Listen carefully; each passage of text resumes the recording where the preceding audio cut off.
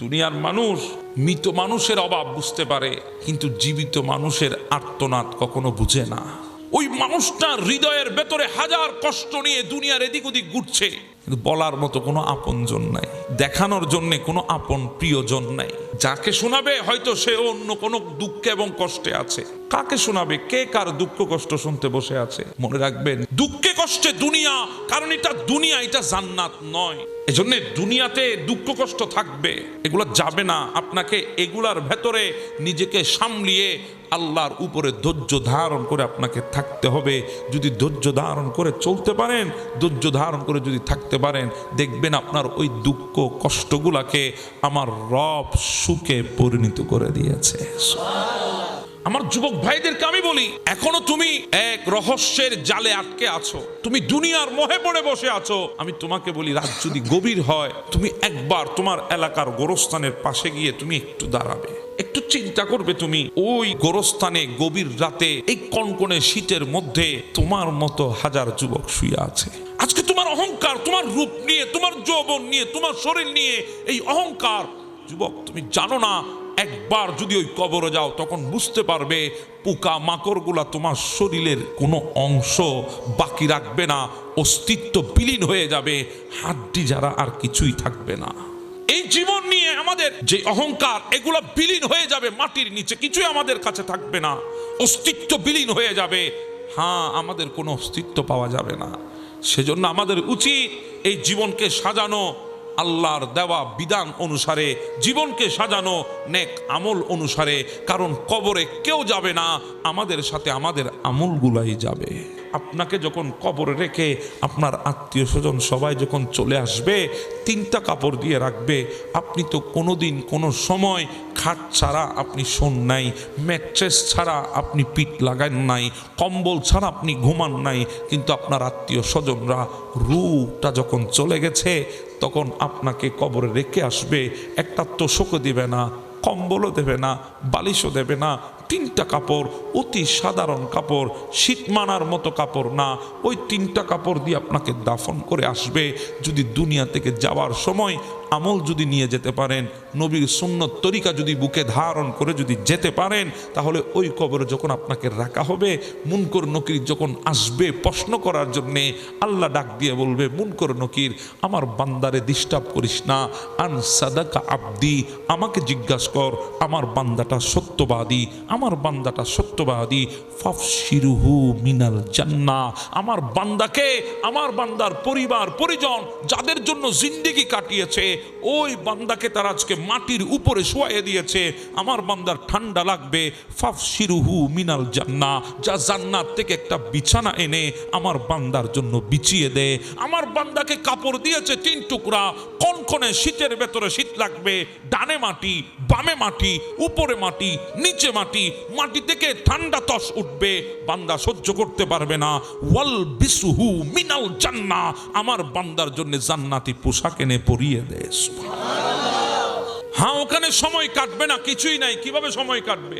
আল্লাহ বলবে, ওয়াফতাহু লাহু বাবান ইলাল জান্নাহ, আমার বান্দার কবরের দিকে জান্নাতের দরজা খুলে দে।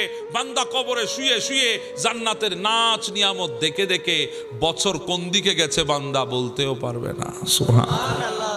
হ্যাঁ, এটা শুধু মুমিনের জন্য। নেক আমল করে যারা কবরে যেতে পারবে, নবীর সুন্নত অনুসরণ করে যারা কবরে যেতে পারবে, তাদের জন্য। আরে ভাই, এখন আমি কি বলবো আপনাদেরকে, এমনও মানুষ আছে আজকে যাদের চোখ দিয়ে পানি আসে না, হৃদয়টা পাথর হয়ে গেছে, পাথর। কিন্তু দুনিয়াতে এমন কিছু মানুষ আছে, তারা যখন রবের দরবারে হাত তুলে, তখন তাদের চোখ দিয়ে টপ টপ করে পানি বের হয়। এটা অনেক বড় একটা নিয়ামত আল্লাহর তরফ থেকে। কারণ চোখের পানি যাত্রার আসে না, এটা জীবনের সবচেয়ে বড় সফলতা। হৃদয় কুলে আল্লাহর দরবারে কাঁদতে পারা, হৃদয় কুলে আল্লাহর দরবারে বলতে পারা, হৃদয় কুলে ব্যথা নিয়ে চোখের পানি ফেলতে পারা, এটা জীবনের সবচেয়ে বড় সফলতা। এটা যাত্রার দ্বারা হয় নাই, যে সে পারে না, সবার চোখ দিয়ে পানি আসে না, এটা অর্জন করতে হয় অর্জন। কারণ এটা আল্লাহ একমাত্র তাদেরকে দিয়েছেন যাদেরকে আল্লাহ পছন্দ করেন। পৃথিবীতে না হলে চোখ অনেক আছে, সব চোখ দিয়ে পানি আসে না। আল্লাহ যাদেরকে পছন্দ করেছেন তাদের চোখ দিয়ে পানি আসে। হ্যাঁ, যাদের চোখ দিয়ে পানি আসে, এই ছোট্ট জিন্দেগিতে এত বড় নিয়ামত সে পেয়ে গেছে, তার থেকে আর কিছু চাওয়া লাগে? এজন্য যখন আল্লাহর দরবারে চাইবেন, নিজেকে সবচেয়ে দুর্বল ভাবে উপস্থাপন করবেন আল্লাহর দরবারে, রবের দরবারে। এরপরে চাইবেন, যখন আপনি নিজেকে সবচেয়ে দুর্বল বানিয়ে রবের দরবারে যখন আপনি হাত তুলবেন, চাইবেন আমার রবের দরবারে, নিজেকে দুর্বল ভাবে উপস্থাপন করবেন, তখন আপনি নিজে নিজে উপলব্ধি করতে পারবেন আমার রব আমার প্রত্যেকটা কথা খুব কাছ থেকে শুনতেছে। আপনার উপলব্ধি হবে ভেতরে ভেতরে। এজন্য মনে রাখবেন, আমাদেরকে যেতে হবে, যাওয়ার প্রস্তুতি আমাদের করা দরকার। কিসের মাধ্যমে? নেকির মাধ্যমে। হ্যাঁ, আমরা অপ্রস্তুত বলে মালাকুল মউত এসে ফেরত যাবে না। এই বাংলাদেশের দাপটশালী একজন নারী ছিল, তাকে আজকে দুনিয়া থেকে চলে যেতে হয়েছে। হ্যাঁ, তার গ্রামের বাড়িতে তার মৃত্যুর ঘোষণাটাও মাইকের মধ্যে দিচ্ছে, সে দুনিয়া থেকে চলে গেছে। হ্যাঁ, ওনাকেও কবরে নামানো হবে। হ্যাঁ, ওনার চাইতে আরো বড় বড় রাজা বাদশাহ সবাই চলে গেছে। এবার চিন্তা করেন, প্রধানমন্ত্রী তাকেও যেতে হয়, রাষ্ট্রপতি তাকেও যেতে হয়, রাজা তাকেও যেতে হয়, বাদশাহ তাকেও যেতে হয়। কেউ রেহা পাই না রে ভাই, কেউ রেহাই পাই নাই। মালাকুল মউত এসে অপেক্ষা করবে না, সময় যখন এসেছে আপনাকে নিয়ে যাবে। আপনি প্রস্তুত আছেন কি নাই, নাকি অপ্রস্তুত আছেন, এটা দেখে মালাকুল মউত কখনো ফেরত যাবে না। দুর্বল মানুষগুলোকে কখনো কষ্ট দেবেন না, অসহায় মানুষগুলোকে কখনো ব্যথা দেবেন না, অসহায় মানুষগুলোর উপরে কখনো জুলুম করবেন না, অসহায় মানুষগুলোর উপরে নিজের প্রভাব খাটাবেন না। আমাদের সমাজে দেখা যায়, যার সন্তান সন্ততি নাই তার উপর প্রভাবশালীরা প্রভাব খাটায়, যার টাকা পয়সা নাই গরিব মানুষ ধনাঢ্য ব্যক্তি তার উপরে প্রভাব খাটায়, সে দুর্বল বলে। আপনি মনে করছেন তার সাথে কেউ নাই, সে দুর্বল। আপনি জানেন না ওই দুর্বল মানুষগুলো ভয়ঙ্কর। কারণ আপনি কোনো মানুষকে যদি আপনি আঘাত করেন, কষ্ট দেন, সেই মানুষ যদি সবল হয় আপনার কষ্টের জবাব দেবে। কিন্তু ওই দুর্বল মানুষটা ভয়ঙ্কর কেন জানেন? সে দুনিয়ার আদালতে বিচার দেবে না, তার তো দুনিয়াতে কেউ নাই, কাকে বলবে? সে দুনিয়ার কারো ধারে যাবে না, কারণ গেলে আপনার সাথে পেরে উঠবে না আইনের মার পেছে। টাকা দিয়ে আপনি কিনে ফেলবেন, সে জানে সে পারবে না। দুনিয়ার কোনো বিচারকের উপরে সে ভরসা করবে না, কারণ তার কেউ নাই। যার কেউ নাই তার তো আল্লাহ আছে, সেজন্য সে বিচারটা আল্লাহর দরবারে দেবে। একবার চিন্তা করেন, বিচার যদি আল্লাহর দরবারে দায়ের হয়, আপনার বাঁচার কোনো পথ কি আছে? আপনি নিজেকে তো অনেক শক্তিশালী মনে করেন আজকে।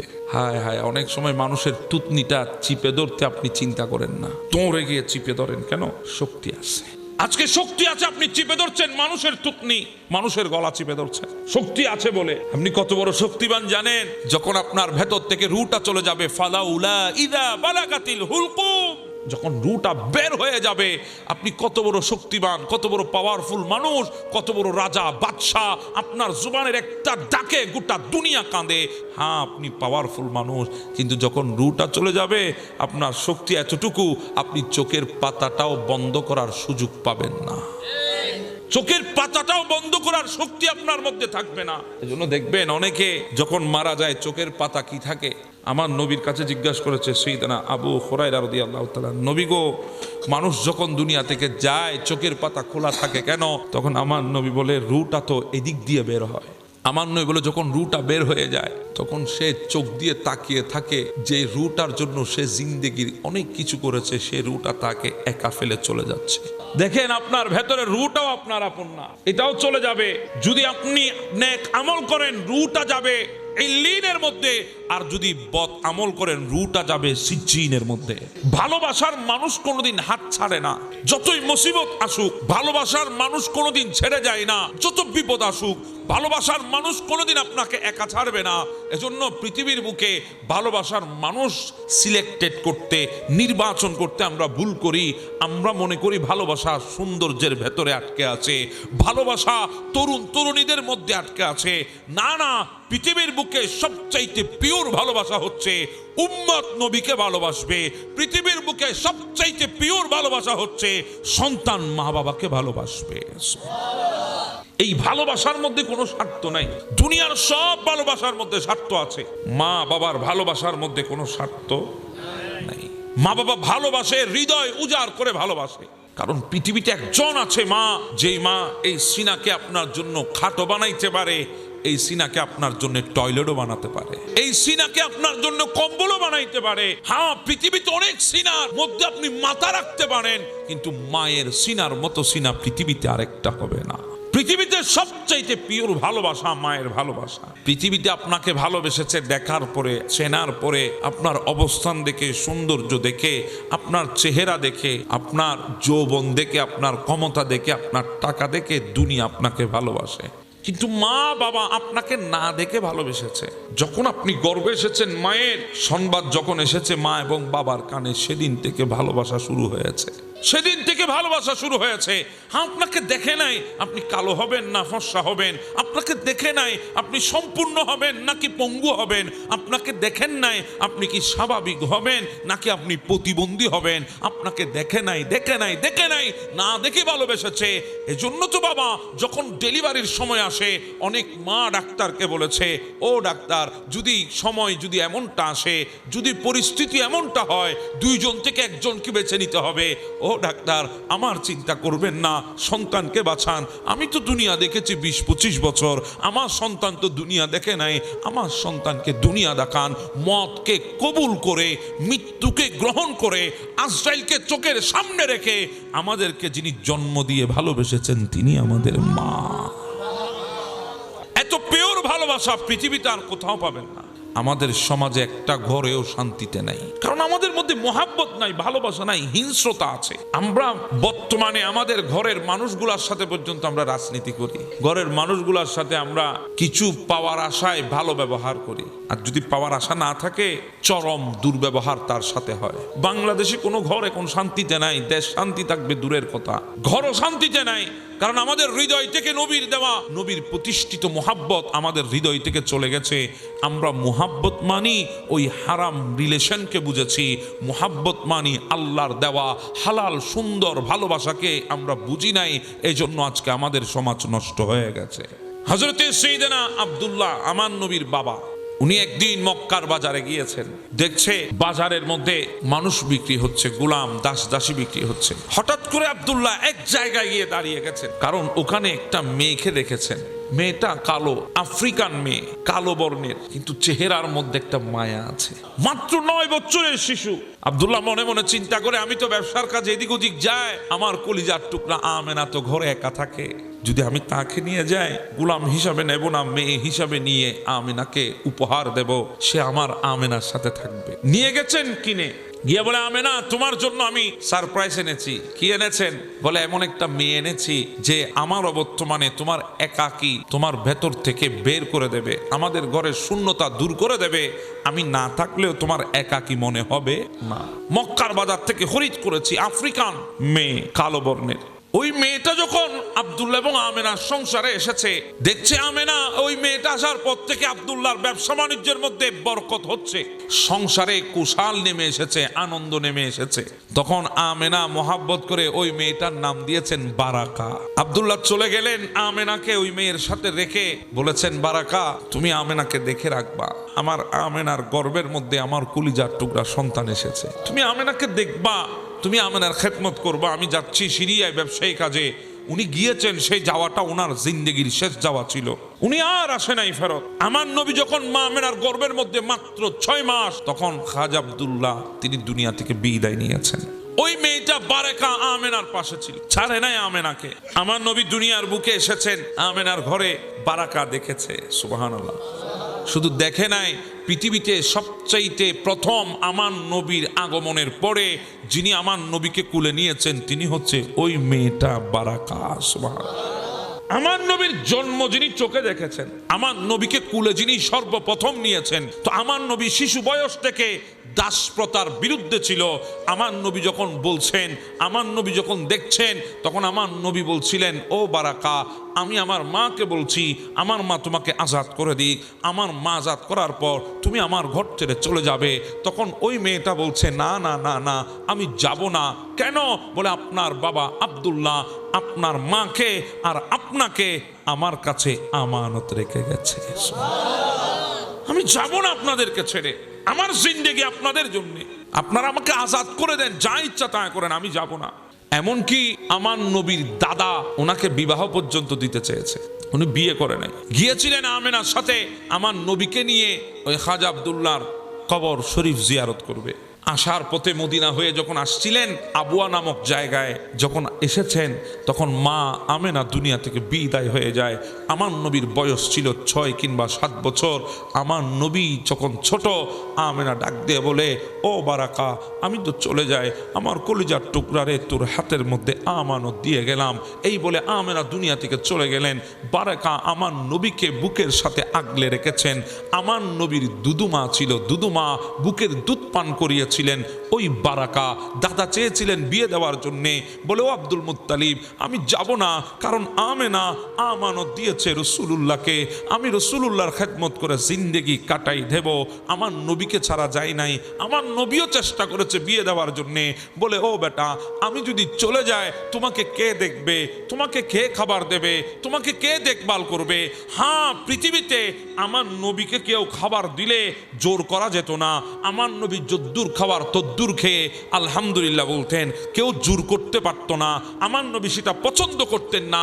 কিন্তু বারাকা আমার নবীর পাশে বসে বসে জোর করে করে মায়ের দাবি নিয়ে আমার নবীকে খাওয়াতেন। সুবহান।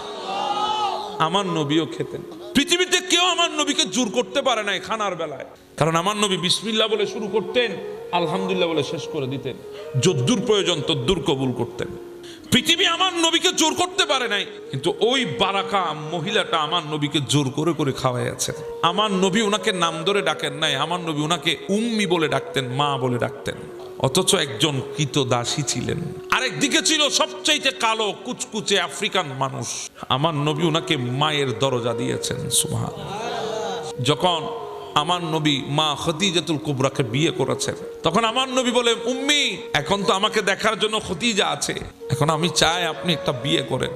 মা আর কতদিন আমার জন্য জিন্দেগি কাটিয়ে দেবেন, যৌবন তো শেষ করেছেন, এবার না হয় একটা বিয়ে করেন। অনেক কষ্টে রাজি করিয়ে মা খদিজাতুল কুবরা সহ আমার নবী সহ উবাইদা ইবনে জায়েদের সাথে ওই মেয়েটাকে বিয়ে দিয়েছেন। বিয়ে হওয়ার পর কিছুদিন যাওয়ার পর তাদের ঘরে একটা ফুটফুটে একটা সন্তান তাদের ঘরে জন্ম নেয়। ওই সন্তানের নাম রাখা হয়েছে আইমন।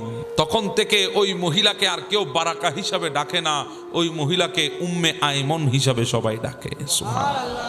হ্যাঁ, ইনি সেই উম্মে আইমন, যেই উম্মে আইমন আমার নবী শীতের বেলায় ঘর থেকে বের হয় নাই। আমার নবী ঘরের একটা পাত্রের মধ্যে প্রস্রাব মুবারক করে রেখেছেন। আমার নবী ঘরের বাহিরে গিয়েছিলেন। ওই উম্মে আইমন ঘর পরিষ্কার করতে এসে যখন দেখেছে ওই ঘরের এক পাশে কিছু তরল পানি জাতীয় কিছু আছে, উনার তৃষ্ণা লেগেছে, পানি পাচ্ছে না, তখন ওগুলা নিয়ে উনি খেয়ে নিলেন। আমার নবী এসে বলে, উম্মে আইমন রে, আমি এখানে কিছু জিনিস রেখেছিলাম, তরল পানীয়, ওগুলা কোথায়? বলে, ইয়া রাসূলুল্লাহ, আমার তৃষ্ণা লেগেছে, এসেছিলাম আপনার ঘর পরিষ্কার করতে, তৃষ্ণা যখন লেগেছে, পানি যখন পাই নাই, ওই পানীয়গুলা যখন আমি দেখেছি সেগুলো আমি পান করলাম। বলে, কি বলেন? বলে, হ্যাঁ। আপনি জানেন সেগুলা কি? বলে, আমি জানি না, তবে যখন নাকের কিনারে নিয়ে গেছি মেশকের চাইতে আরো বেশি খুশবু ছিল, যখন পান করেছি মধুর চাইতে আরো মিষ্টি ছিল, যখন আমার ভেতর অতিক্রম করেছে মনে হয়েছে আমার ভেতরে কলব পরিবর্তন হয়ে গেছে। আমার নবী বলে, উম্মে আইমন, মা, আপনি জানেন সেগুলা কি? বলে, হ্যাঁ আমি জানি, এগুলো মেশকের চাইতে খুশবু, মধুর চাইতে মিষ্টি, আমি এমন শরবত জীবনে পান করি নাই। আমার নবী বলে, মা, আমি আপনাকে সুসংবাদ দিয়ে দিলাম, আপনার জন্য জাহান্নামের আগুন হারাম হয়ে গেছে। সেই উম্মে আইমন উবাইদা ইবনে জায়েদের সাথে বিয়ে হওয়ার পর, সন্তান হওয়ার পর উবাইদা ইবনে জায়েদ দুনিয়া থেকে বিদায় হয়ে গেছে। আমার নবী গিয়ে আবার ছেলে এবং মাকে নিয়ে এসেছেন নিজের কাছে রাখতেন, বড় আদর করতেন, মোহাব্বত করতেন। এমনটা মোহাব্বত আর আদর করত, এমনটা ভালোবাসতো উম্মে আইমনকে।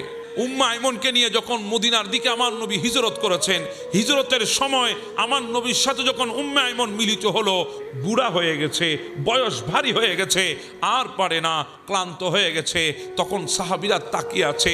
আমার নবী ওই শরীর মুবারকের চাদর, ওই কালি কামলিওয়ালার চাদর, যেই চাদরের নিচে আশ্রয় নেওয়ার জন্যে সমস্ত উম্মতের দিলের তামান্না, সমস্ত উম্মতের দিলের আশা, সমস্ত উম্মতের দিলের আকাঙ্ক্ষা, ওই চাদর আমার নবী নিয়ে অর্ধেক পানিতে ভিজিয়ে উম্মে আইমনের চেহারা পরিষ্কার করে দিচ্ছেন। সুবহানাল্লাহ।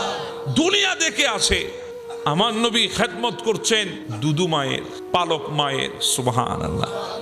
দুনিয়া তাকিয়ে আছে, চেহারা মুছে দিলেন, বলছেন মা কষ্ট হচ্ছে? কষ্ট হবে না, জান্নাতে আপনার আর কোনো কষ্ট হবে না। সুবহানাল্লাহ। কষ্ট যা হওয়ার এখানে হচ্ছে, জান্নাতে কোনো কষ্ট হবে না। আমার নবীর সাথে মদিনায় চলে গেছেন উম্মে আইমন। একদিন আমার নবী সাহাবীদেরকে ডেকে বললেন, ও আমার সাহাবীরা, আমি একজন নারীর ব্যাপারে তোমাদেরকে বলবো, ওই নারীটা হলো জান্নাতি। ওই নারীটা অসহায়, দুনিয়ার বুকে একটা সন্তান আছে, ওই নারীটা দুর্বল কিন্তু জান্নাতি। তোমরা কি কোনো জান্নাতি নারীকে বিয়ে করতে চাও? নারীটা বয়স্ক, বয়স বেশি, একটা সন্তান আছে, কেউ কেউ কি ওই নারীকে বিয়ে করতে চাও? তখন হযরতে যায়েদ ইবনে হারেসা দাঁড় হয়ে গেলেন, বলি ইয়া রাসূলুল্লাহ, আমি বিয়ে করব, আমি বিয়ে করব। আমার নবী জায়েদের কথায় রাজি হলেন, উম্মে আইমনকে রাজি করালেন। উম্মে আইমনের সাথে যায়েদ ইবনে হারেসা আমার নবীর পালক পুত্রের বিবাহ দিচ্ছেন। উম্মে আইমন বৃদ্ধ হয়ে গেছে। আমার নবী যায়েদ ইবনে হারেসাকে বিয়ের দিন জড়িয়ে ধরেছেন, চোখের পানি ছেড়ে দিয়ে বলে, ও যায়েদ, তুমি জানো তুমি কাকে বিয়ে করছো? বলে ইয়া রাসূলুল্লাহ, আমি উম্মে আইমনকে বিয়ে করছি। বলে না না না না না রে যায়েদ, তুমি উম্মে আইমনকে বিয়ে করছো না। ইয়া রাসূলুল্লাহ, কাকে বিয়ে করছি? বলে তুমি আমার মাকে বিয়ে করছো। যায়েদ, তুমি আমার মাকে বিয়ে করছো, মাকে। যায়েদ, ওটা উম্মে আইমন না, ওটা আমার মা। মা মা আমার দুনিয়ায় উনি ছাড়া আর কেউ নাই। আমার নবী যখন দুনিয়া থেকে চলে যাবেন, উম্মে আইমন আমার নবীর পাশে ছিলেন। আমার নবী সাহাবীদের সাথে কথা বলেছেন অনেকগুলা কথা, তন্মধ্যে একটা কথা বেশি ছিল। আমার নবী বলেছেন, ও আমার সাহাবীরা, আমার পরিবারের সদস্যরা, আয়েশা, ফাতেমা, আমি যখন চলে যাচ্ছি আমার মাটাকে দেখে রাখবে। আমার উম্মে আইমনের যাতে কোনো কষ্ট না হয় তার যত্ন নিবে, কারণ উনি একজন মহিলা দুনিয়াতে আছে যিনি আমার আশাটাও দেখেছে, আমার যাওয়াটাও দেখছে। উনি ছাড়া আমার পৃথিবীতে আর কোনো পরিবারের সদস্য জীবিত নাই যারা আমার আশা দেখেছে, যাওয়া দেখবে। উনি একমাত্র মহিলা, আমার আশাটাও দেখেছে, আমার যাওয়াটাও দেখছে। আমার মায়ের তোমরা যত্ন নিবা, আমার মায়ের তোমরা সেবা করবা। হ্যাঁ, আমার নবী গোটা পৃথিবীকে শিখিয়েছেন, পৃথিবীর বুকে সবচেয়ে বড় মোহাব্বত হলো সন্তান আর মায়ের মোহাব্বত। একজন পালক মা, একজন দুদু মা, ওনার ইজ্জত যদি আমার নবী দুনিয়াকে শিক্ষা দিতে পারে, যিনি আমাদেরকে গর্বে ধারণ করেছেন, ওনার মোহাব্বত কত দূর হবে একবার চিন্তা করে দেখেন। সন্তান যদি একটু টাকাওয়ালা হয় মা বাবাকে ভুলে যায়, আর বাবা যদি টাকাওয়ালা হয় সবার আগে সন্তানের কথা চিন্তা করে। বাবার হাতে টাকা আসলে চিন্তা করে সন্তানের জন্যে, আর সন্তানের হাতে টাকা আসলে সন্তান চিন্তা করে বউয়ের জন্যে। এটাই দুনিয়া, এমনটাই চলছে। দুনিয়ার বুকে নিঃস্বার্থ ভালোবাসা, মা এবং সন্তানের ভালোবাসা। এজন্য মোহাব্বত, এই মোহাব্বতের মাধ্যমে আল্লাহ দুনিয়া বানিয়েছেন। এজন্য আল্লাহ বলেছেন, ইউহিব্বুহুম ওয়া ইউহিব্বুনাহু, আমি তোমাদেরকে মোহাব্বত করি, তোমরা আমাকে মোহাব্বত করো। আল্লাহ বলেছেন ফেরেশতাদেরকে, আমি তাদেরকে মোহাব্বত করি, তারা আমাকে মোহাব্বত করে। দুনিয়াতে মোহাব্বতের জন্য সবকিছু। আপনি যে দুনিয়ার পেছনে ঘুরতেছেন নিজেকে পবিত্র বানানোর জন্য, যে দুনিয়ার পেছনে পেছনে আপনি সময় কাটাচ্ছেন, আরে ভাই, দুনিয়ার পেছনে ঘুরলে, হাঁটলে, সময় দিলে পবিত্র হওয়া যায় না। আপনি যান একবার আল্লাহর ঘর মসজিদে, একটা সিজদা দিয়ে দেন। হ্যাঁ, সিজদা সিজদা, ওই সিজদায় গিয়ে একবার বলেছেন সুবহানা রাব্বিয়াল আলা। সুবহান শব্দটা বের করেছেন। আমার আল্লাহ ডাক দিয়ে বলে, সাব্বাহতানি ইয়া আবদি, তুই আমার প্রশংসা করেছিস, আমার পবিত্রতার ঘোষণা দিয়েছিস, তুই বান্দা কিভাবে অপবিত্র থাকবি? সাব্বাহতুক, আমি আল্লাহ তোকে পবিত্র বানিয়ে দিয়েছি। আপনি একবার বলেছেন আলা, সুবহানা রাব্বিয়াল আলা, একবার বলেছেন আলা। আল্লাহ বলে আলাইতানি আবদি, তুই আমার শ্রেষ্ঠত্বের ঘোষণা দিয়েছিস, আর তুই শ্রেষ্ঠ না হয়ে কই যাবি? আমি আল্লাহ ঘোষণা দিলাম আলাইতুক, আমি আল্লাহ তোকে শ্রেষ্ঠ বানিয়ে দিয়েছি। সাহাবীরা হয়রান হয়ে যেতেন মৌলা আলীকে দেখে, যখন মসজিদের মিনার থেকে আজানের শব্দ উনার কানে আসতো, কারণ উনার ভেতরে কম্পন সৃষ্টি হতো, হাত পা কাঁপতো যখন আজান হতো। হাইয়া আলাস সালাহ বলে যখন ডাক দিত, উনি তখন শরীরকে আর স্থির রাখতে পারতেন না, কাঁপাকাঁপি, কম্পন সৃষ্টি হয়ে যেত ভেতরে, শরীর কাঁপতো, হাত পা কাঁপতো। মানুষ অবাক হয়ে যেত, কিরে বাবা, আজান হচ্ছে, আলী কাঁপছে কেন? এটা তো সেই আলী, এক হাতে টান দিয়ে খায়বার দুর্গের দরজা হাতে নিয়ে ফেলেছে, যেই দরজা নিক্ষেপ করার পরে পরবর্তীতে 40 জন নবীর সাহাবী গিয়েও তুলতে পারে নাই।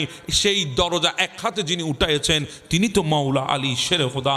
এত বড় তাকতবান ব্যক্তি আজানের শব্দ শুনে কাঁপছে কেন? ওগো আলী, আজান হচ্ছে, আপনার ভেতরে কম্পন হচ্ছে, কারণ কি? খালি বলে ডাকটা তো আমার মওলার তরফ থেকে এসেছে, ডাক দিচ্ছে আমার আল্লাহ, ডাক দিচ্ছে আমার রব, একটা দায়িত্ব দিয়েছেন হাইয়া আলাস সালাহ বলে আমার কাদের উপর দায়িত্ব তুলে দিয়েছে। আমি আলী জানি না দায়িত্বটা কিভাবে পালন করব, রব আমাকে দায়িত্ব দিচ্ছে, আমি জানি না দায়িত্বটা কিভাবে নেব। সেজন্য রবের পক্ষ থেকে ডাক এসেছে, আমি নিজেকে আর স্থির রাখতে পারি নাই। আমার রবের ডাকে আমি কিভাবে নিজেকে স্থির রাখবো? কিন্তু আজকে দেখেন আমার হাজার যুবক মসজিদের মিনারের আজান হয়, তারা তাদের মোবাইলে ডুবে আছে, খবরও নাই। অথচ তারাই আজকে খুঁজতেছে সফল কিভাবে হওয়া যায়। আমি যদি বলি সফলতা দুনিয়ার পেছনে নাই, সফলতা আল্লাহর ঘর মসজিদে আছে। কারণ মসজিদ থেকে আজান হচ্ছে হাইয়া আলাল ফালাহ, আয় সফলতার জন্য আয়, কল্যাণের জন্য আয়, সফলতার জন্য আয়। ওলামা বসে আছে, জিজ্ঞাসা করে হাইয়া আলাল ফালাহ, আয় কল্যাণের জন্য আয়। সফলতা দুনিয়ার মধ্যে নয়, সফলতা আল্লাহর ঘর মসজিদে আছে। এজন্য আল্লাহ ওয়ালা যারা দুনিয়ার বুকে ছিলেন, যখন আজান হতো তাদের ব্যবসা বাণিজ্য ফেলে রেখে আল্লাহর ডাকে সারা দিয়ে মসজিদে চলে যেত। ওগো ব্যবসায়ী, ওগো শিল্পপতি, ওগো বড় টাকাওয়ালা ধনাঢ্য ব্যক্তি, আপনি আপনার ব্যবসা ফেলে দৌড় দিচ্ছেন আল্লাহর ঘরে, বলে ব্যবসা পরে করা যাবে, আগে ওখানে যাব।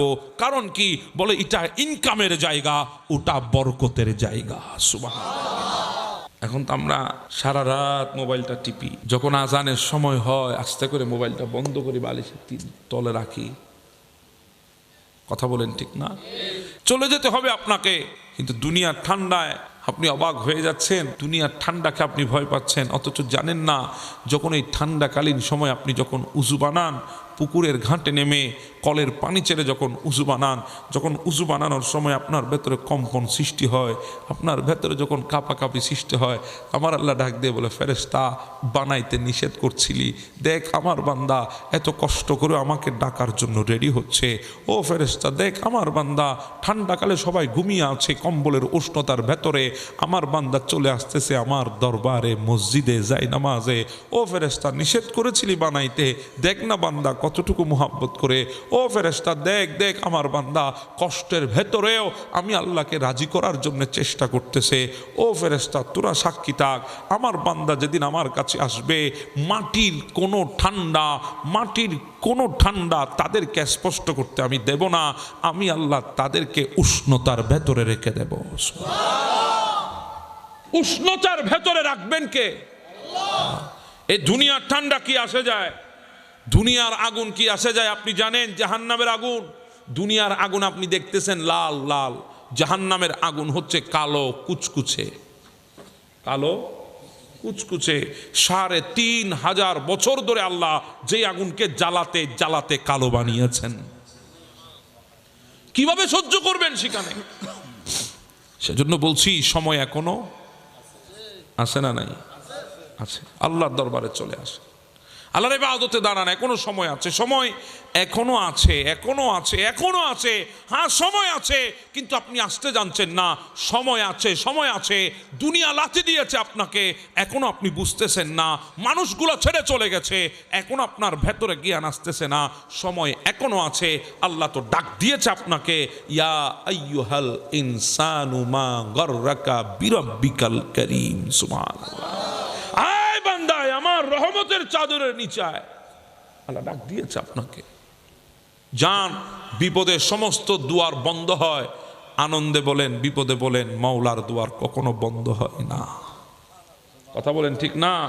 দুনিয়ার দুয়ার একবার থেকে দুইবার সমস্যার কথা বলবেন, দুনিয়ার দুয়ারের মানুষগুলা বিরক্ত হয়ে যাবে, আর রবের দরবারে আপনার ওই অসহায়িত্বের কথা, অভাবের কথা, কষ্টের কথা, দুঃখের কথা আপনি যতবার বলবেন আমার রব ততবার খুশি হয়ে যায়। আমার রব বলে ফেরেশতা দেখ বান্দা আমাকে কষ্টের কথা বলছে, দুঃখের কথা বলছে, কারণ বান্দা জানে আমি তার আপন, সে আমাকে মহাব্বত করে আমাকে বলছে।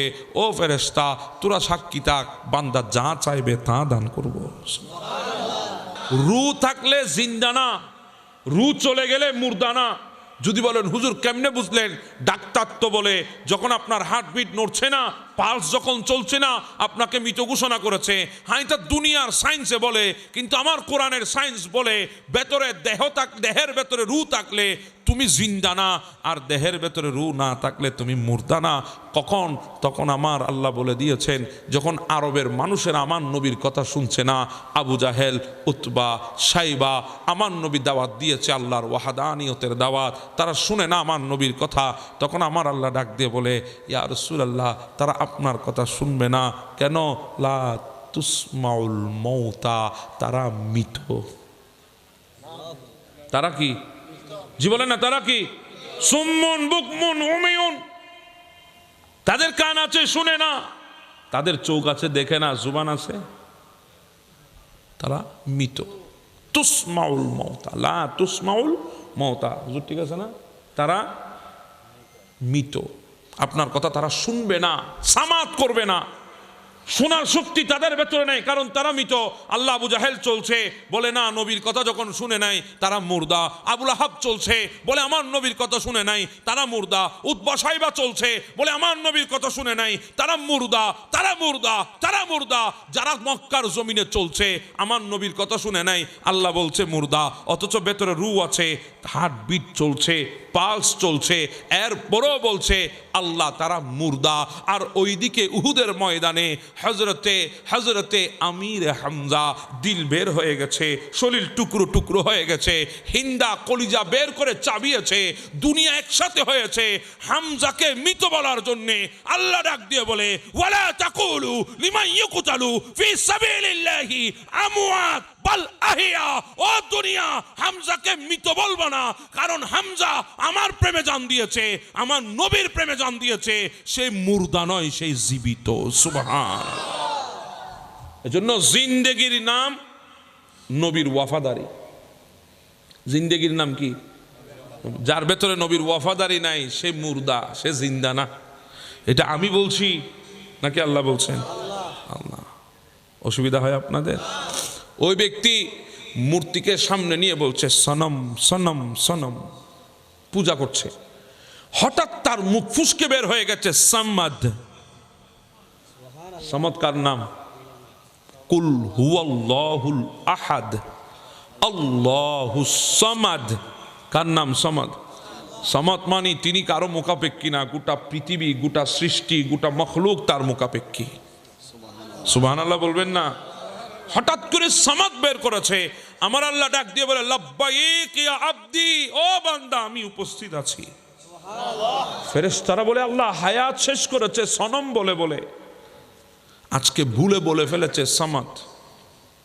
আল্লাহ সমদ শব্দের অর্থ সে জানে না, মুখ ফসকে বের হয়েছে, আর আপনি বলছেন বান্দা আমি হাজির। আল্লাহ আপনার এই কুদরতের খেলা কিছুই তো বুঝি না। আমার আল্লাহ বলে, ও ফেরেশতা, আমার বান্দা হায়াত পার করেছে সনম বলে বলে, কিন্তু মূর্তিটা তো তার একটা কথারও কোনো উত্তর দেয় নাই। সে যাকে খোদা মনে করেছে সে তার কথার কোনো জবাব দেয় নাই। আজকে ভুল করে হলেও বান্দা তো আমাকে ডাক দিয়েছে, আমাকে, আমি সাড়া না দিলে মূর্তি আর আমার মধ্যে তফাৎ কদ্দুর থাকবে। সুবহান। অসীম ক্ষমতা যার হাতের উপর, যার নামে বেয়ে যায় জর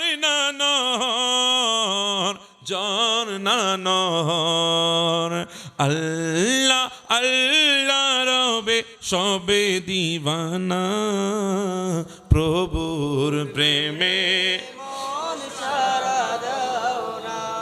বন্দা, প্রভুর প্রেমে মন,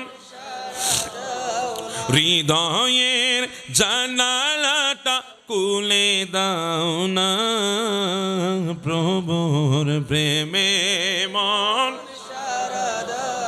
ক্ষমা যদি চাও কবু পাপ দরিয়ায়, ক্ষমা করে দিবে প্রভু ক্ষমা বিলাই, ক্ষমা বিলাই। দরবারে কেন তার হাত পাতো না, প্রভুর প্রেমে মন বান্দা প্রভুর প্রেমে মন হৃদয়ের প্রভুর প্রেমে মন। আল্লাহু আকবার বলেন, আল্লাহু আকবার। আমার প্রভুর দয়া কদ্দুর আমরা জানি না, এজন্য একজন কবি বড় সুন্দর করে বলছেন, অসুবিধা হবে আপনাদের? আল্লাহ তোমার দয়া বুঝেছি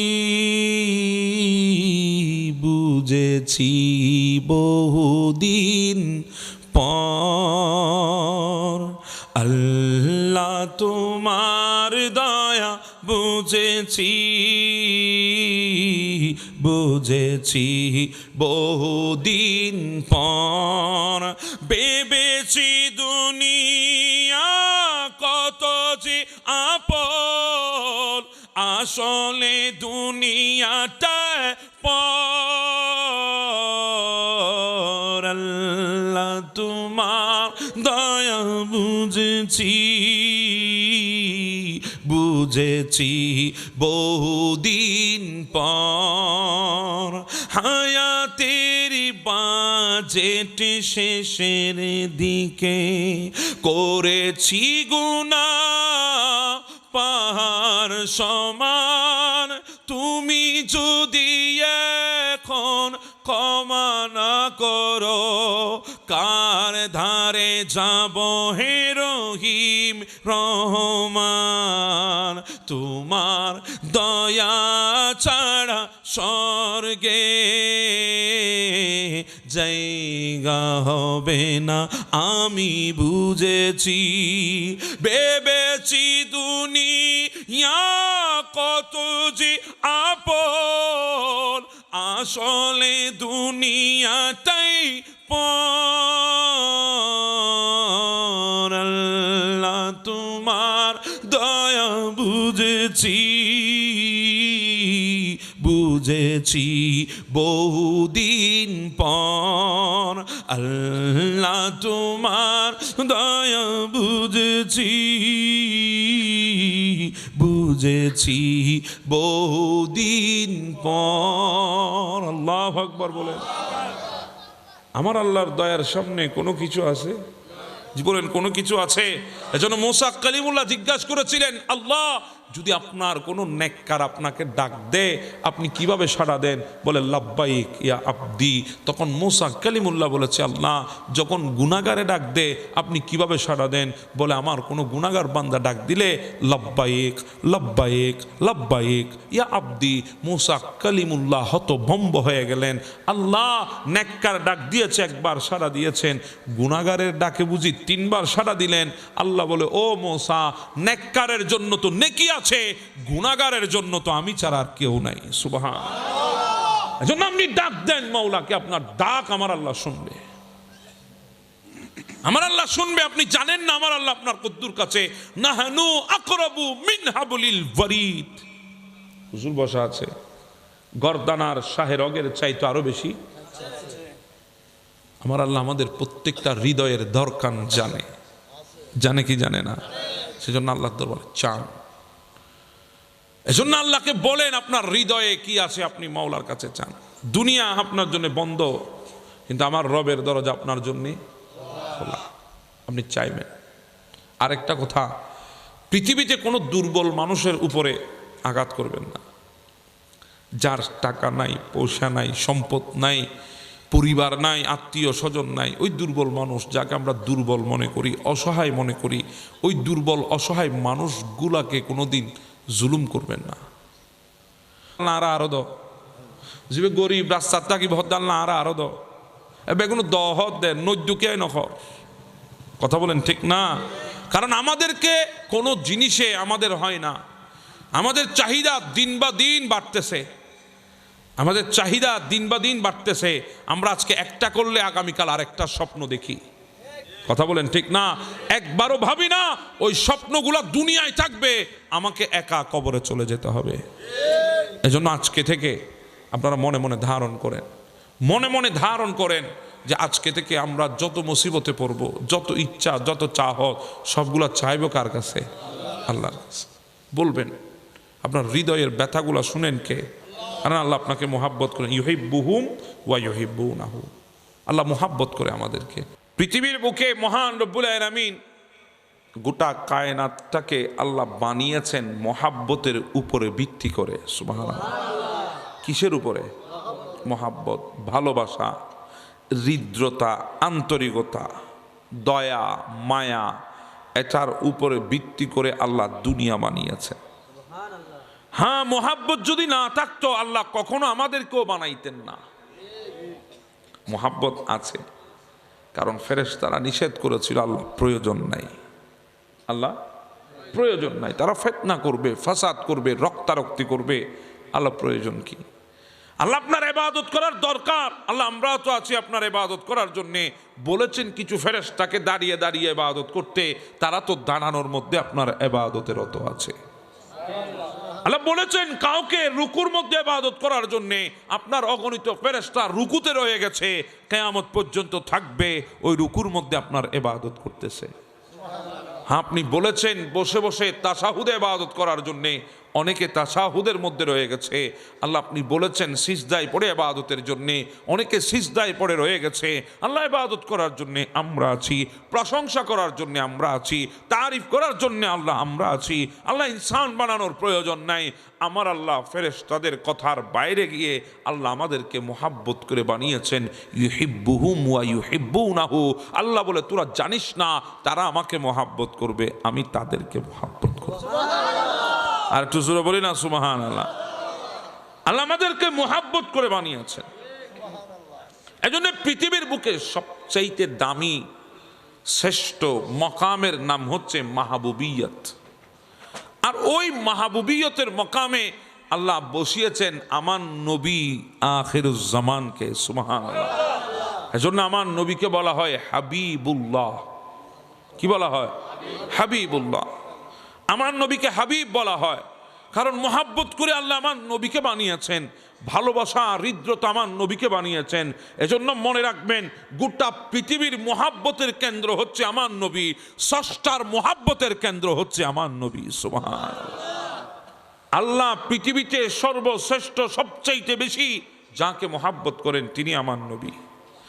আর পৃথিবীর জীব জন্তু, ইনসান, প্রাণী যত কিছু আছে সবাই যাকে সবচাইতে বেশি ভালোবাসে তিনি আমার নবী। পৃথিবীর বুকে ভালোবাসা বানিয়েছেন কে? এজন্য আল্লাহ বলছেন কুরআনুল কারীমের মধ্যে, আমার বান্দারা আমি ভালোবাসা বানিয়েছি। ওয়াজআলা বাইনাকুম মাওয়াদ্দাতাও ওয়া রাহমা। আমি সৃষ্টি করেছি ভালোবাসা, আমি মোহাব্বত বানিয়েছি মোহাব্বত, আমি দয়া বানিয়েছি দয়া তোমাদের জন্য, তোমাদেরকে মোহাব্বত করে বানিয়েছি, তোমাদেরকে ভালোবেসে বানিয়েছি। তো তোমাদের মধ্যে সবচাইতে বেশি ভালো আল্লাহ বেসেছেন আমার নবীকে। একটু জোরে বলবেন না সুবহানাল্লাহ। কেমন ভালো জানেন? পৃথিবীতে যখন কোনো মানুষ কোনো মানুষকে ভালোবাসে তখন সে মানুষটা যদি বিপদে পড়ে, যিনি ভালোবাসেন তিনি কি বলেন জানেন? তুমি চিন্তা করো না, দুনিয়া তোমার বিপক্ষে যাক, আমি তোমার সাথে আছি। কথা বলেন ঠিক না? ভালোবাসার মানুষ কোনোদিন হাত ছাড়ে না, যতই মুসিবত আসুক ভালোবাসার মানুষ কোনোদিন ছেড়ে যায় না, যত বিপদ আসুক ভালোবাসার মানুষ কোনোদিন আপনাকে একা ছাড়বে না। এজন্য পৃথিবীর বুকে ভালোবাসার মানুষ সিলেক্টেড করতে, নির্বাচন করতে আমরা ভুল করি। আমরা মনে করি ভালোবাসা সৌন্দর্যের ভেতরে আটকে আছে, ভালোবাসা তরুণ তরুণীদের মধ্যে আটকে আছে। না না, পৃথিবীর বুকে সবচাইতে পিওর ভালোবাসা হচ্ছে উম্মত নবীকে ভালোবাসবে। পৃথিবীর বুকে সবচাইতে পিওর ভালোবাসা হচ্ছে সন্তান মা বাবাকে ভালোবাসবে। আপনারা কি রাগ করেছেন? এই ভালোবাসার মধ্যে কোনো স্বার্থ নাই। দুনিয়ার সব ভালোবাসার মধ্যে স্বার্থ আছে, মা বাবার ভালোবাসার মধ্যে কোনো স্বার্থ নাই, কোনো স্বার্থ নাই। মা বাবা ভালোবাসে, হৃদয় উজাড় করে ভালোবাসে। কারণ পৃথিবীতে একজন আছে মা, যেই মা এই সিনাকে আপনার জন্য খাটও বানাইতে পারে, এই সিনাকে আপনার জন্য টয়লেটও বানাতে পারে। কথা বলেন ঠিক না? এই সিনাকে আপনার জন্য কম্বলও বানাইতে পারে। হ্যাঁ, পৃথিবীতে অনেক সিনার মধ্যে আপনি মাথা রাখতে পারেন, অনেক সিনার মধ্যে আপনার মাথাটা আশ্রয় খুঁজতে পারে, কিন্তু মায়ের সিনার মতো সিনা পৃথিবীতে আরেকটা হবে না। অসুবিধা হচ্ছে আপনাদের? পৃথিবীতে একটা সিনা আছে, মায়ের সিনা। পৃথিবীতে সবচাইতে পিওর ভালোবাসা মায়ের ভালোবাসা। কখন ভালোবেসেছেন জানেন? পৃথিবীতে আপনাকে ভালোবেসেছে দেখার পরে, আপনাকে দেখার পরে, চেনার পরে, আপনার অবস্থান দেখে, সৌন্দর্য দেখে, আপনার চেহারা দেখে, আপনার যৌবন দেখে, আপনার ক্ষমতা দেখে, আপনার টাকা দেখে দুনিয়া আপনাকে ভালোবাসে। কিন্তু মা বাবা আপনাকে না দেখে ভালোবেসেছে। যখন আপনি গর্ভে এসেছেন, মায়ের সংবাদ যখন এসেছে মা এবং বাবার কানে, সেদিন থেকে ভালোবাসা শুরু হয়েছে। একটু জোরে বলে, সেদিন থেকে ভালোবাসা শুরু হয়েছে। হ্যাঁ, আপনাকে দেখে নাই আপনি কালো হবেন না ফর্সা হবেন, আপনাকে দেখে নাই আপনি সম্পূর্ণ হবেন নাকি পঙ্গু হবেন, আপনাকে দেখেন নাই আপনি কি স্বাভাবিক হবেন নাকি আপনি প্রতিবন্ধী হবেন, আপনাকে দেখে নাই না দেখে ভালোবেসেছে। এজন্য তো বাবা যখন ডেলিভারির সময় আসে, অনেক মা ডাক্তারকে বলেছে, ও ডাক্তার, যদি এমনটা আসে, যদি পরিস্থিতি এমনটা হয়, দুইজন থেকে একজনকে বেছে নিতে হবে। ও ডাক্তার, আমার চিন্তা করবেন না, সন্তানকে বাঁচান। আমি তো দুনিয়া দেখেছি 20-25 বছর, আমার সন্তান তো দুনিয়া দেখে নাই, আমার সন্তানকে দুনিয়া দেখান। মতকে কবুল করে, মৃত্যুকে গ্রহণ করে, আজরাইলকে চোখের সামনে রেখে আমাদেরকে যিনি জন্ম দিয়ে ভালোবেসেছেন তিনি আমাদের মা। কথা বলেন না, ঠিক না? এত পিওর ভালোবাসা পৃথিবীতে আর কোথাও পাবেন না। এই ভালোবাসার মধ্যে কোনো ভেজাল। আপনাদের কষ্ট হচ্ছে নাকি?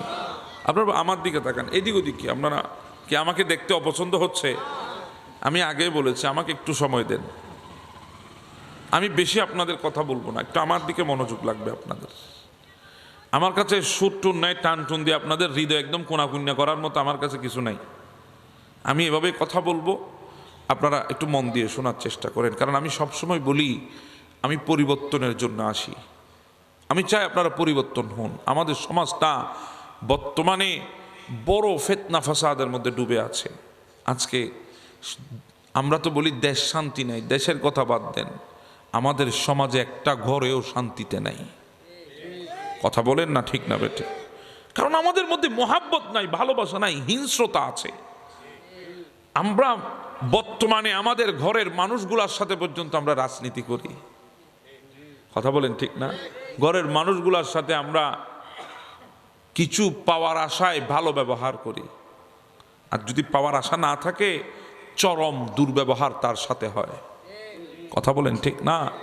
কোনো বাংলাদেশে কোনো ঘর এখন শান্তিতে নাই, দেশ শান্তি থাকবে দূরের কথা, ঘরও শান্তিতে নাই। কারণ আমাদের হৃদয় থেকে নবীর দেওয়া, নবীর প্রতিষ্ঠিত মোহাব্বত আমাদের হৃদয় থেকে চলে গেছে।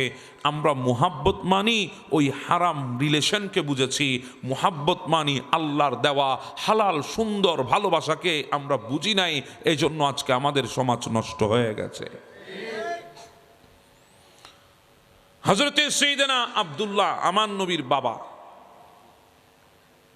উনি একদিন মক্কার বাজারে গিয়েছেন, দেখতেছেন মক্কার বাজারে গোলাম ক্রয় বিক্রয় হচ্ছে, মানুষকে গোলাম বানিয়ে বেচা কিনা করা হতো।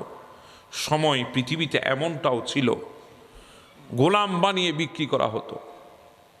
হ্যাঁ, পৃথিবীতে এখনো গোলাম আছে।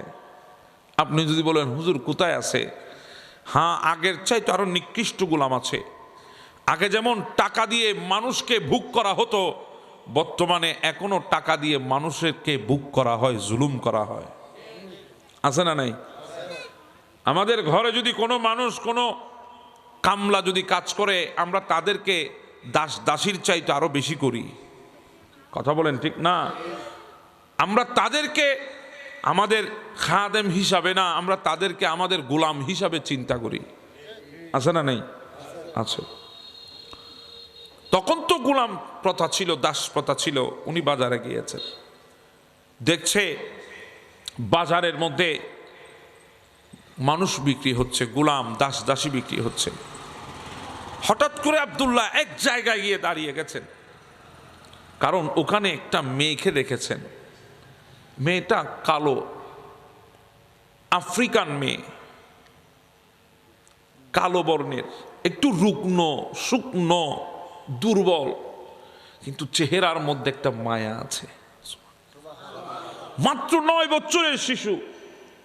আব্দুল্লাহ মনে মনে চিন্তা করে, আমি তো ব্যবসার কাজে এদিক ওদিক যাই, আমার কলিজার টুকরা আমেনা তো ঘরে একা থাকে, যদি আমি তাকে নিয়ে যাই, গোলাম হিসাবে নেব না, মেয়ে হিসাবে নিয়ে আমেনাকে উপহার দেব, সে আমার আমেনার সাথে থাকবে। নিয়ে গেছেন কিনে, গিয়ে বলে, আমেনা তোমার জন্য আমি সারপ্রাইজ এনেছি। কি এনেছেন? বলে, এমন একটা মেয়ে এনেছি যে আমি আমার অবর্তমানে তোমার একাকী, তোমার ভেতর থেকে বের করে দেবে, আমাদের ঘরের শূন্যতা দূর করে দেবে, আমি না থাকলেও তোমার একাকী মনে হবে না। এই দেখো, মেয়েটাকে আমি নিয়ে এসেছি, মক্কার বাজার থেকে খরিদ করেছি, আফ্রিকান মেয়ে, কালো বর্ণের। ওই মেয়েটা যখন আব্দুল্লাহ এবং আমেনার সংসারে এসেছে, দেখবেন আমাদের ঘরেও দেখবেন অনেক সময় কোনো মানুষ যদি আসে, অতিথি আসে, কোনো নতুন বধূ যদি আমাদের ঘরে আসে, দেখবেন আমাদের ঘরের রুজি রোজগার বেড়ে যায়। কথা বলেন ঠিক না? এদেরকে কি বলে? যে হন না ভাগ্যবতী, ভাগ্যবতী আছে না নাই? আছে। দেখছে আমেনা ওই মেয়েটা আসার পর থেকে আব্দুল্লাহর ব্যবসা বাণিজ্যের মধ্যে বরকত হচ্ছে, ভালোই ব্যবসা বাণিজ্য চলছে, সংসারে কুশাল নেমে এসেছে, আনন্দ নেমে এসেছে। তখন আমেনা মোহাব্বত করে ওই মেয়েটার নাম দিয়েছেন বারাকা। সুবহানাল্লাহ। বরকতওয়ালা, কিওয়ালা? বরকতওয়ালা নাম দিয়েছেন বারাকা। আব্দুল্লাহ চলে গেলেন, আমেনাকে ওই মেয়ের সাথে রেখে বলেছেন, বারাকা তুমি আমেনাকে দেখে রাখবা, আমার আমেনার গর্বের মধ্যে আমার কলিজার টুকরা সন্তান এসেছে, তুমি আমেনাকে দেখবা, তুমি আমেনার খেদমত করবা। আমি যাচ্ছি সিরিয়ায় ব্যবসায়ী কাজে। উনি গিয়েছেন, সেই যাওয়াটা ওনার জিন্দেগির শেষ যাওয়া ছিল, উনি আর আসে নাই ফেরত। আমার নবী যখন মা আমেনার গর্বের মধ্যে মাত্র 6 মাস, তখন খাজা আব্দুল্লাহ তিনি দুনিয়া থেকে বিদায় নিয়েছেন।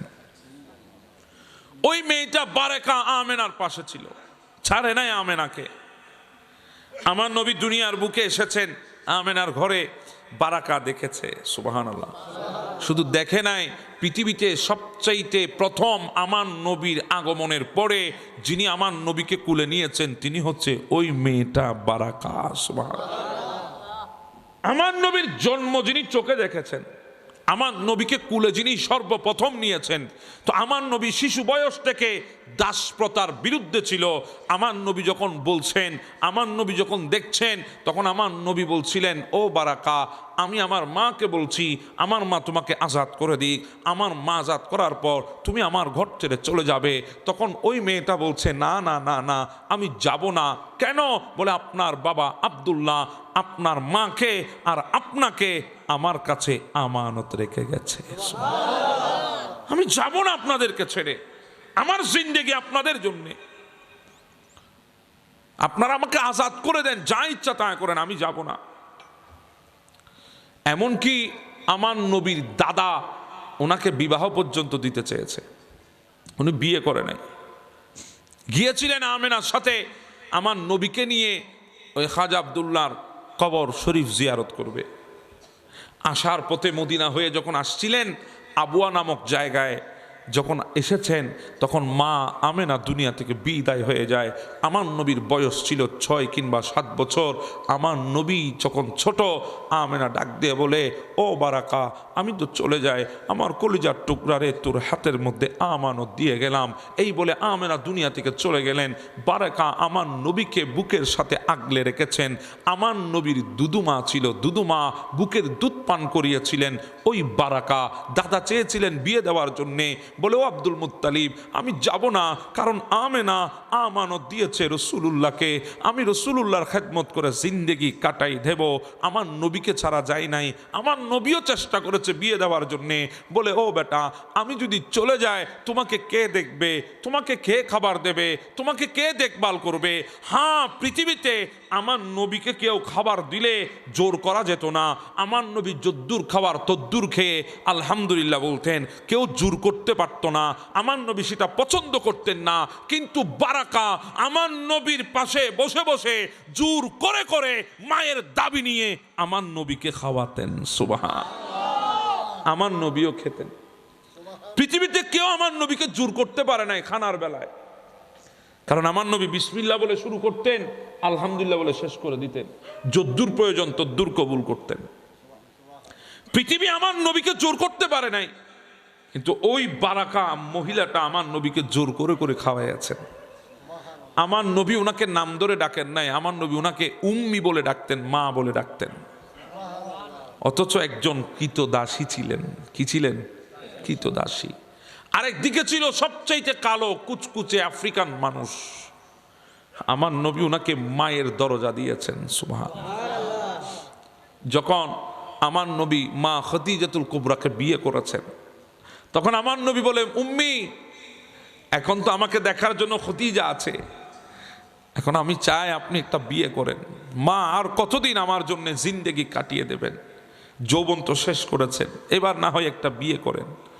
অনেক কষ্টে রাজি করিয়ে মা খদিজাতুল কুবরা সহ আমার নবী সহ উবাইদা ইবনে জায়েদের সাথে ওই মেয়েটাকে বিয়ে দিয়েছেন। বিয়ে হওয়ার পর কিছুদিন যাওয়ার পর তাদের ঘরে একটা ফুটফুটে ছেলে সন্তান আসে। একটা সন্তান তাদের ঘরে জন্ম নেয়। ওই সন্তানের নাম রাখা হয়েছে আইমন। নাম কি রাখা হয়েছে? আইমন। তখন থেকে ওই মহিলাকে আর কেউ বারাকা হিসাবে ডাকে না, ওই মহিলাকে উম্মে আইমন হিসাবে সবাই ডাকে। সুবহানাল্লাহ। হ্যাঁ, ইনি সেই উম্মে আইমন, যেই উম্মে আইমন আমার নবী শীতের বেলায় ঘর থেকে বের হয় নাই। আমার নবী ঘরের একটা পাত্রের মধ্যে প্রস্রাব মুবারক করে রেখেছেন। আমার নবী ঘরের বাহিরে গিয়েছিলেন। ওই উম্মে আইমন ঘর পরিষ্কার করতে এসে যখন দেখেছে ওই ঘরের এক পাশে কিছু তরল পানি জাতীয় কিছু আছে, উনার তৃষ্ণা লেগেছে, পানি পাচ্ছে না, তখন ওগুলা নিয়ে উনি খেয়ে নিলেন। আমার নবী এসে বলে, উম্মে আইমন রে, আমি এখানে কিছু জিনিস রেখেছিলাম, তরল পানীয়, ওগুলা কোথায়? বলে, ইয়া রাসূলুল্লাহ, আমার তৃষ্ণা লেগেছে, এসেছিলাম আপনার ঘর পরিষ্কার করতে, তৃষ্ণা যখন লেগেছে, পানি যখন পাই নাই, ওই পানীয়গুলা যখন আমি দেখেছি সেগুলো আমি পান করলাম। বলে, কি বলেন? বলে, হ্যাঁ। আপনি জানেন সেগুলা কি? বলে, আমি জানি না, তবে যখন নাকের কিনারে নিয়ে গেছি মেশকের চাইতে আরো বেশি খুশবু ছিল, যখন পান করেছি মধুর চাইতে আরো মিষ্টি ছিল, যখন আমার ভেতর অতিক্রম করেছে মনে হয়েছে আমার ভেতরে কলব পরিবর্তন হয়ে গেছে। আমার নবী বলে, উম্মে আইমন, মা, আপনি জানেন সেগুলা কি? বলে, হ্যাঁ আমি জানি, এগুলো মেশকের চাইতে খুশবু, মধুর চাইতে মিষ্টি, আমি এমন শরবত জীবনে পান করি নাই। আমার নবী বলে, মা, আমি আপনাকে সুসংবাদ দিয়ে দিলাম, আপনার জন্য জাহান্নামের আগুন হারাম হয়ে গেছে। জাহান্নামের আগুন কি হয়ে গেছে? হারাম হয়ে গেছে। আল্লাহ। সেই উম্মে আইমন উবাইদা ইবনে জায়েদের সাথে বিয়ে হওয়ার পর, সন্তান হওয়ার পর উবাইদা ইবনে জায়েদ দুনিয়া থেকে বিদায় হয়ে গেছে। আমার নবী গিয়ে আবার ছেলে এবং মাকে নিয়ে এসেছেন নিজের কাছে রাখতেন, বড় আদর করতেন, মোহাব্বত করতেন।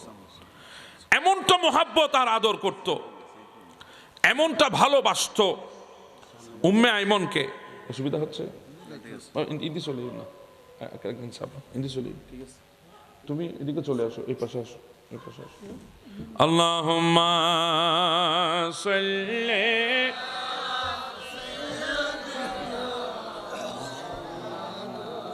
মুহাম্মাদ ওয়া আলা আলিহি।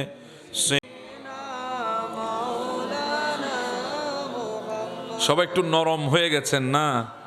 আমি শেষ করে দিই, বেশি কষ্ট আপনাদেরকে দেব না, আগে বলেছি। হুজুর গুড়িটার এসি মনোয়াদ গদি হুজুর, আল্লাহ কবুল করে নিন। বলছিলাম, আল্লাহ উম্মে আইমনকে নিয়ে এসেছেন আমার নবী, নিজের কাছে রাখতেন। কেমন মোহাব্বত করতেন জানেন? উম্মে আইমনকে নিয়ে যখন মদিনার দিকে আমার নবী হিজরত করেছেন, হিজরতের সময় আমার নবীর সাথে যখন উম্মে আইমন মিলিত হলো, বৃদ্ধ হয়ে গেছে, বুড়া হয়ে গেছে, বয়স ভারী হয়ে গেছে, আর পারে না, ক্লান্ত হয়ে গেছে। তখন সাহাবীরা তাকিয়ে আছে, আমার নবী ওই শরীর মুবারকের চাদর, ওই কালি কামলিওয়ালার চাদর, যেই চাদরের নিচে আশ্রয় নেওয়ার জন্যে সমস্ত উম্মতের দিলের তামান্না, সমস্ত উম্মতের দিলের আশা, সমস্ত উম্মতের দিলের আকাঙ্ক্ষা, ওই চাদর আমার নবী নিয়ে অর্ধেক পানিতে ভিজিয়ে উম্মে আইমনের চেহারা পরিষ্কার করে দিচ্ছেন। সুবহানাল্লাহ। দুনিয়া দেখে আসে, আমার নবী খেদমত করছেন দুদু মায়ের, পালক মায়ের। সুবহানাল্লাহ। দুনিয়া তাকিয়ে আছে, চেহারা মুছে দিলেন, বলছেন মা কষ্ট হচ্ছে? কষ্ট হবে না, জান্নাতে আপনার আর কোনো কষ্ট হবে না। সুবহানাল্লাহ। কষ্ট যা হওয়ার এখানে হচ্ছে, জান্নাতে কোনো কষ্ট হবে না, জান্নাতে কোনো কষ্ট হবে না, জান্নাতে কোনো কষ্ট হবে না। এজন্য মনে রাখবেন, দুনিয়ার বুকে কিছু মানুষ আছে, মানুষ মৃত মানুষের অভাব বুঝতে পারে। দুনিয়ার মানুষ মৃত মানুষের অভাব বুঝতে পারে, কিন্তু জীবিত মানুষের আর্তনাদ কখনো বুঝে না।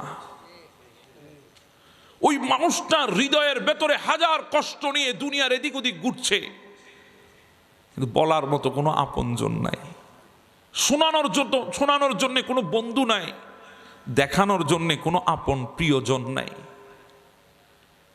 কথা বলেন ঠিক না? কাকে শোনাবে? যাকে শোনাবে হয়তো সে অন্য কোনো দুঃখে এবং কষ্টে আছে। কাকে শোনাবে? কে কার দুঃখ কষ্ট শুনতে বসে আছে? মনে রাখবেন, সে সময় একটু ধৈর্য ধারণ করুন, কারণ দুনিয়াটা, এই দুনিয়ায় কষ্ট থাকবে, দুঃখ থাকবে, এটাতে কষ্ট দুঃখ থাকবেই। দুঃখে কষ্টে দুনিয়া, কারণ এটা দুনিয়া, এটা জান্নাত নয়। এজন্য দুনিয়াতে দুঃখ কষ্ট থাকবে, এগুলো যাবে না। আপনাকে এগুলার ভেতরে নিজেকে সামলিয়ে আল্লাহর উপরে ধৈর্য ধারণ করে আপনাকে থাকতে হবে। যদি ধৈর্য ধারণ করে চলতে পারেন, ধৈর্য ধারণ করে যদি থাকতে পারেন, দেখবেন আপনার ওই দুঃখ কষ্টগুলাকে আমার রব সুখে পরিণত করে দিয়েছে। আর একটু জোরে বলি না সুবহানাল্লাহ। এজন্য পৃথিবীর বুকে, এই পৃথিবী আমাদের জন্য কষ্টের জন্য, মুমিনের জন্য সিজিলুল মুমিন বলা হয়েছে, আর দুনিয়াও মুমিনের জন্য কারাগার বলা হয়েছে। এখানে কষ্ট থাকবে, দুঃখ থাকবে, এগুলা নিয়ে পেরেশান হওয়া যাবে না। এগুলা জীবনের একটা অংশ, জীবনের একটা অংশ, এগুলো আমাদের জীবনে থাকবে, লেগেই থাকবে। এগুলা কখনো আমাদের থেকে যাবে না যতক্ষণ আপনি দুনিয়া থেকে বিদায় হবেন না। তবে এই জীবনটাকে আপনাকে গঠন করতে হবে আল্লাহর রসুলের দেওয়া সুন্নত তরিকা অনুসরণ করে, আমল করে জীবনকে সাজাতে হবে। আমার যুবক ভাইদেরকে আমি বলি, ভাই তুমি এখনো কোলাহলের মধ্যে আছো, কোলাহলের মধ্যে এখনো তুমি এক রহস্যের জালে আটকে আছো, তুমি দুনিয়ার মোহে পড়ে বসে আছো। আমি তোমাকে বলি, রাত যদি গভীর হয়, তুমি একবার তোমার এলাকার গোরস্থানের পাশে গিয়ে তুমি একটু দাঁড়াবে, একটু চিন্তা করবে। তুমি ওই গোরস্থানে গভীর রাতে, এই কনকনে শীতের মধ্যে তোমার মতো হাজার যুবক শুয়ে আছে, তোমার মতো হাজার যুবক ওই গোরস্থানে শুয়ে আছে। আজকে তোমার অহংকার, তোমার রূপ নিয়ে, তোমার যৌবন নিয়ে, তোমার শরীর নিয়ে এই অহংকার, যুবক তুমি জানো না, একবার যদি ওই কবরে যাও তখন বুঝতে পারবে পোকা মাকড়গুলা তোমার শরীরের কোনো অংশ বাকি রাখবে না, অস্তিত্ব বিলীন হয়ে যাবে, হাড্ডি যারা আর কিছুই থাকবে না। এই জীবন নিয়ে আমাদের যে অহংকার, এগুলো বিলীন হয়ে যাবে মাটির নিচে, কিছুই আমাদের কাছে থাকবে না, অস্তিত্ব বিলীন হয়ে যাবে। হ্যাঁ, আমাদের কোনো অস্তিত্ব পাওয়া যাবে না। সেজন্য আমাদের উচিত এই জীবনকে সাজানো আল্লাহর দেওয়া বিধান অনুসারে, জীবনকে সাজানো নেক আমল অনুসারে, কারণ কবরে কেউ যাবে না, আমাদের সাথে আমাদের আমলগুলাই যাবে। কথা বলেন ঠিক না বেঠে? আমাদেরকে জিন্দেগি সাজাতে হবে নেক আমল দিয়ে, নবীর সুন্নত দিয়ে, আমাদেরকে জিন্দেগি সাজাতে হবে। যদি পারেন তাহলে ওই কবরটা আপনার জন্যে এত বেশি আরামদায়ক হবে, এত বেশি আপনার জন্যে সুখের হবে। আপনাকে যখন কবরে রেখে আপনার আত্মীয় স্বজন সবাই যখন চলে আসবে, 3টা কাপড় দিয়ে রাখবে। আপনি তো কোনোদিন কোনো সময় খাট ছাড়া আপনি শোন নাই, ম্যাট্রেস ছাড়া আপনি পিঠ লাগান নাই, কম্বল ছাড়া আপনি ঘুমান নাই, কিন্তু আপনার আত্মীয় স্বজনরা রূপটা যখন চলে গেছে তখন আপনাকে কবরে রেখে আসবে। একটা তোষকও দিবে না, কম্বলও দেবে না, বালিশও দেবে না, 3টা কাপড়, অতি সাধারণ কাপড়, শীত মানার মতো কাপড় না, ওই 3টা কাপড় দিয়ে আপনাকে দাফন করে আসবে। যদি দুনিয়া থেকে যাওয়ার সময় আমল যদি নিয়ে যেতে পারেন, নবীর সুন্নত তরিকা যদি বুকে ধারণ করে যদি যেতে পারেন, তাহলে ওই কবরে যখন আপনাকে রাখা হবে, মুনকর নকির যখন আসবে প্রশ্ন করার জন্যে, আল্লাহ ডাক দিয়ে বলবে, মুনকর নকির আমার বান্দারে ডিস্টার্ব করিস না, আন সাদাকা আব্দি, আমাকে জিজ্ঞাসা কর আমার বান্দাটা সত্যবাদী, আমার বান্দাটা সত্যবাদী, ফাফশিরুহু মিনাল জান্নাহ, আমার বান্দাকে, আমার বান্দার পরিবার পরিজন যাদের জন্য জিন্দেগি কাটিয়েছে, ওই বান্দাকে তারা আজকে মাটির উপরে শোয়াইয়ে দিয়েছে, আমার বান্দার ঠান্ডা লাগবে, ফাফশিরুহু মিনাল জান্নাহ, যা জান্নাত থেকে একটা বিছানা এনে আমার বান্দার জন্য বিছিয়ে দে। আমার বান্দাকে কাপড় দিয়েছে 3 টুকরা, কনকনে শীতের ভেতরে শীত লাগবে, ডানে মাটি, বামে মাটি, উপরে মাটি, নিচে মাটি, মাটি থেকে ঠান্ডা তস উঠবে, বান্দা সহ্য করতে পারবে না। ওয়াল বিসুহু মিনাল জান্নাহ, আমার বান্দার জন্য জান্নাতি পোশাক এনে পরিয়ে দে। সুবহানাল্লাহ।